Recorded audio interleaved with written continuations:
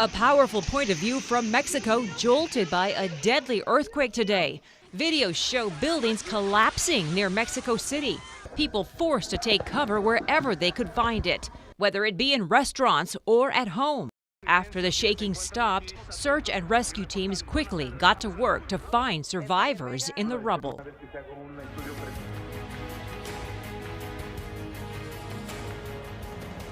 Good evening. The 7.1 magnitude earthquake in central Mexico has claimed the lives of at least 149 people, a number that will likely continue to rise. Damage is widespread in Mexico City, where several buildings collapsed, roads closed, and cellular communication has been difficult, as border correspondent Oscar Margain reports. That's right. And many people here are keeping the victims of the Mexico earthquake in their thoughts and prayers, including Texas Governor Greg Abbott and President Donald Trump, as efforts continue tonight to rescue people from the rubble and clear the areas that were damaged.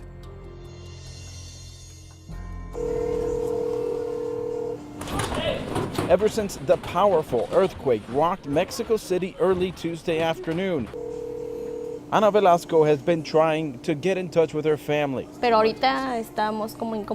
She says she had the same problem 2 weeks ago when another strong earthquake shook parts of South and Central Mexico.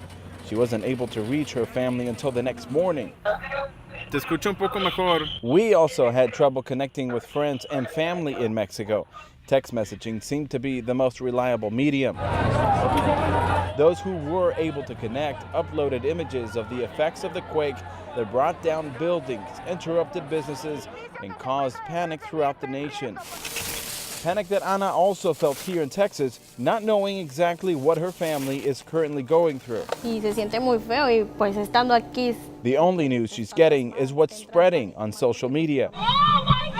Like this video of Xochimilco, a popular tourist destination about 30 minutes from Ana's home. For the water to be waving the way it did, she says, it shows how strong the earthquake was felt there, something she had never seen before.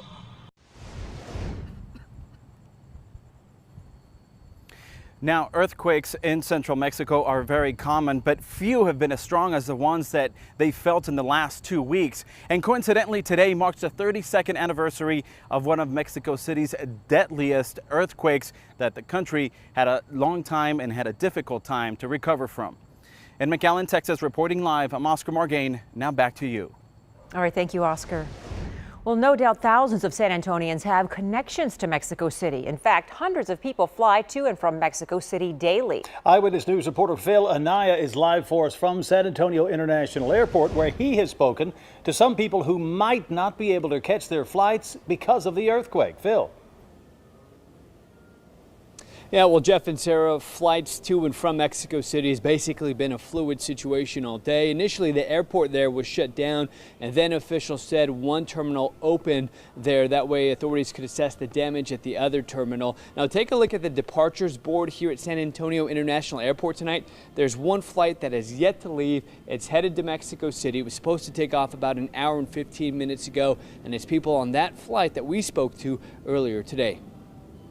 I started crying when I saw the news this afternoon, and I felt so bad. Claudia Laporta has called San Antonio home for the last 12 years, but her heart and all her family is still in Mexico City. She was headed there for a wedding that was until a 7.1 magnitude earthquake hit. But I don't know what's going to happen now. She's just one of the hundreds that fly between Mexico City and San Antonio daily. Every day we have approximately 600 people to go a flight to Mexico City. No sé qué voy a ver cuando llegue a mi país. Edgar Esparza was on vacation in San Antonio. He's trying to fly back home to Mexico. His family is okay, but he's worried about the destruction he knows he will see when getting back. For Claudia, she feels helpless because she was living in Mexico City on this day 32 years ago when another earthquake killed thousands of people. The thing is, all my family is okay. My friends are okay.